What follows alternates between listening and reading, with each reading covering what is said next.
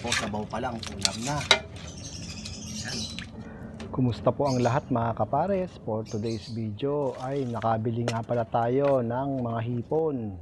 At ang gagawin po natin muna ay lilinisan natin, tatanggalin natin yung mga galamay, pati na rin yung kanyang bituka. Ayan, ganyan lang po ang paglilinis natin.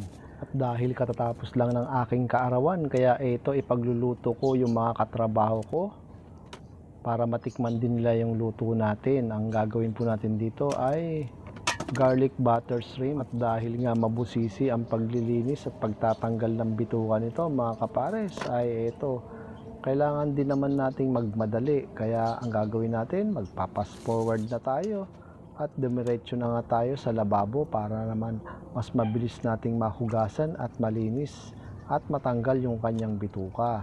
Kaya sa ating mga followers at mga nag-share po ng aming mga video, maraming salamat po sa inyong suporta. At ito na nga, no, tinatapos na natin tong malinis ang ating mga hipon. At pagkatapos nito mga kapares ay uhugasan naman natin ng maigi.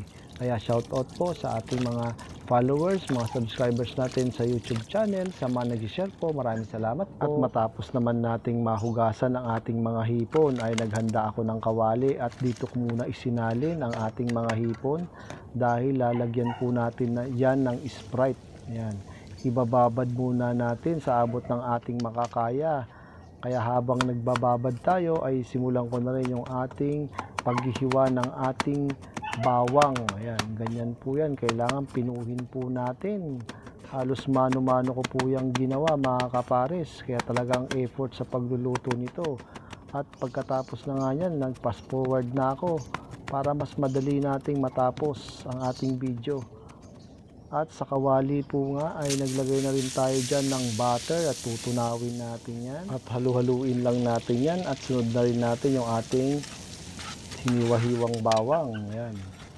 Lulutuin lang natin yan hanggang lumabas ang kanyang aroma. At naglagay din po tayo dyan ng tomato paste. Ayan. Lutuin lang natin at halu-haluin natin yan.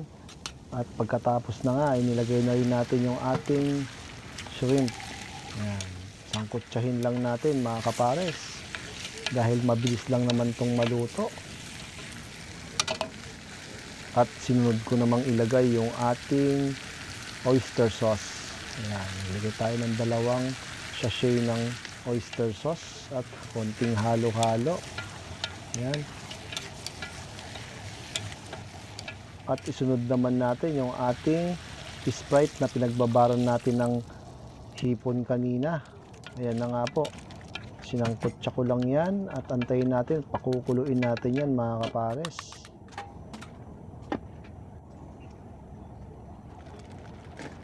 At matapos ngang kumulo yan, ay naglagay pa rin tayo ng paprika at sinundan rin natin ng pamintang durog, pati na rin ang asin. Yan. At dahil nga mabilis lang din naman tong maluto, ito, konting halo-halo lang. At ready na ang ating garlic butter shrimp, mga antayon. Tikman natin ang ating garlic shrimp mga kapares. Po, sabaw pa lang, ulam na. Yan. Siyempre, sabaw. Yan, kain po.